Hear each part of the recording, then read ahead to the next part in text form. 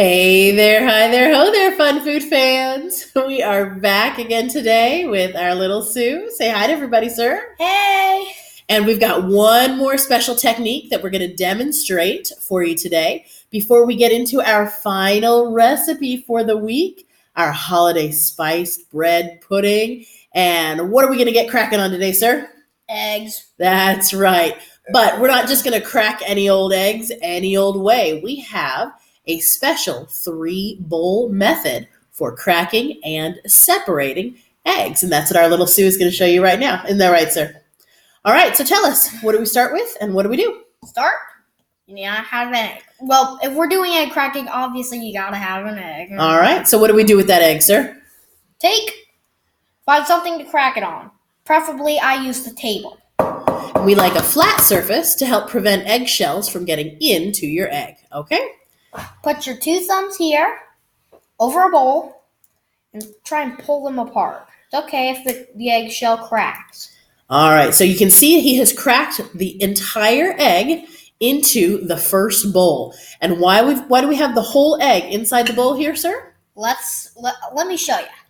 First, take one hand, move the yellow part of the egg yolk, look into your hand, and make sure there's no of that white stuff. That's right. Through loose fingers, the whites go sliding through, and you're left with what in your hand, sir? An egg yolk. The egg yolk. Into another bowl. All right, so bowl number 1 is for cracking the whole egg. Bowl number 2 for the egg yolk. And bowl number 3 is for?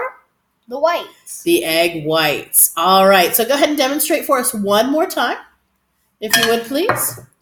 Now, one of the reasons we like this 3-bowl technique, not only can you practice getting a nice, clean crack of each egg, but if for some reason you happen to have some eggshells that get in for whatever reason. I think I saw an eggshell go in. There you go. You can use the eggshell. Grab half of the shell, sir. I don't see it. That's the problem, so Okay, then go ahead and separate your 2 pieces. Then maybe you'll see it, if there was, in fact, a shell. But if you did have a shell in there, this would be the time to get it out before it goes into the rest of whatever you're mixing up for your recipe. This way you don't end up with eggshells in your cake or in your whatever it is you're making, right? And make sure it doesn't do this. Okay. The other reason is that if you are separating eggs for a particular recipe, then you want to make sure that you don't get your egg yolks bleeding into the egg whites, because if you're doing something like whipping up egg whites, that can cause a problem in your recipe. So this will make sure that you have a clean separation before you move the 2 different parts into your mixing bowls for your recipe.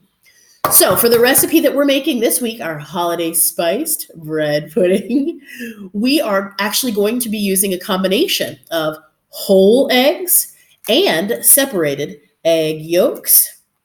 So we will demonstrate for you how all that comes together in the final recipe. What happened?